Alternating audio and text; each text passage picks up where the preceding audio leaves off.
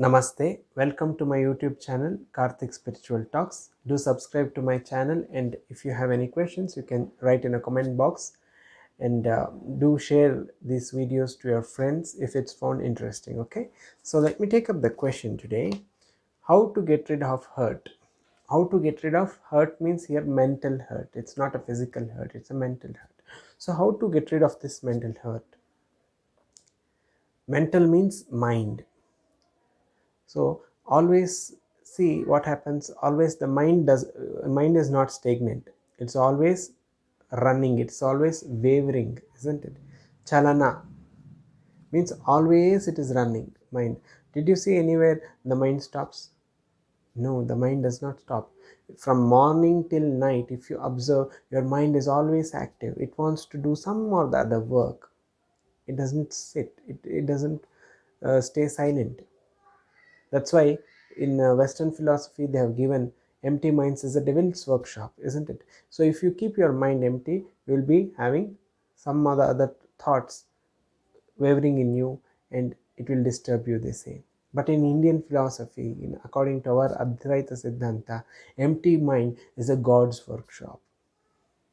After, what happens when we are in silence means when we are vacant, when we are empty mind, what happens? Your mind starts wavering, isn't it? When you sit silent, what happens? Mind starts wavering. After some time, what happens? The mind becomes silent. Then you will attain a blissful state. The blissful consciousness which is there within you, you will you will be in aware with that consciousness, that which is there behind this mind, the consciousness which is giving the light to this mind and to all these activities. You will get aware of that. So that's why you have to be silent. The stillness, what we have to practice. That's why meditation. So once we do meditation, once we are making our mind empty, then we understand that all these activities of the mind are not real. It's just running. It's like a cloud. Mind means it's a cloud.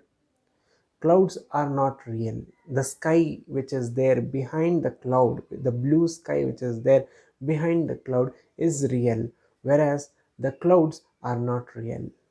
It just comes, just appears, and it goes, isn't it? It's not real. It is not permanent. You just see the akasha, you just see the sky. The cloud just comes, just goes.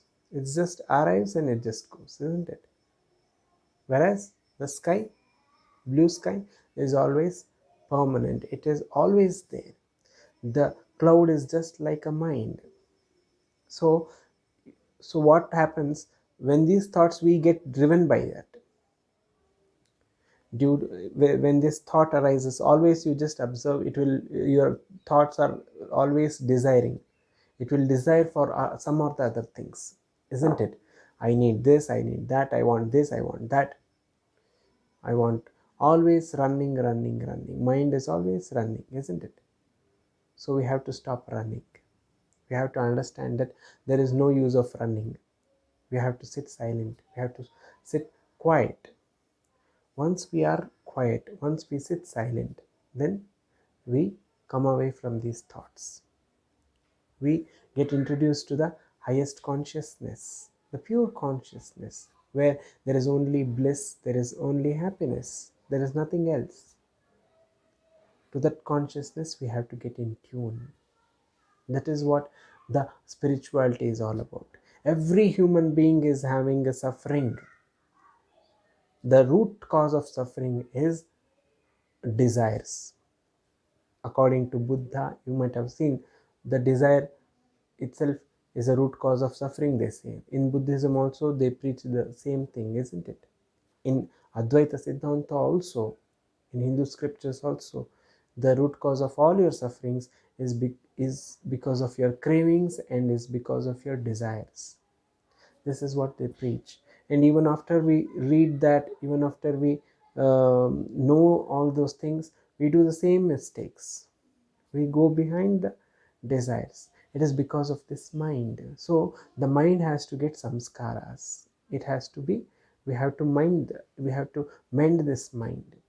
Mending the mind means how? There is no akar of this mind, means there is no structure of the mind. Do you know where is the mind? No, it is nirakara. So what we have to do? We have to do dhyana, we have to be silent, we have to do meditation, silence meditation. Just observe your natural breath. That is what Buddha has taught us. Observe your natural breath. Your mind becomes silent, isn't it? By doing this, by practicing this, one gets away from hurt. One understands what the mind is clearly. They understands all the philosophies of the mind, all the nature of the mind. Once we understand the nature of the mind, then we get in uh, then we become strong. Then we take up our mind in our control. Means now the mind is controlling us. At that, after you meditate, at that time the mind will be in your control, isn't it? See, who wants depression? Who wants hurt? Who wants this? No one wants it. Although we are drawn into it. Why? It's because we are not having any control of that. We are not having any control over those things, isn't it? That's why we are suffering. So that's why what we have to do is we have to do meditation. We have to understand this nature of the mind. Then only we will be clear of everything. Every problem, every psychological problem will be cleared by doing meditation. Practice meditation daily, anapanasati meditation, and you will be happy, happy, and happy. You will be in a blissful state, a peaceful state. Everyone needs a peace, and that is attained by doing meditation. Okay, friends.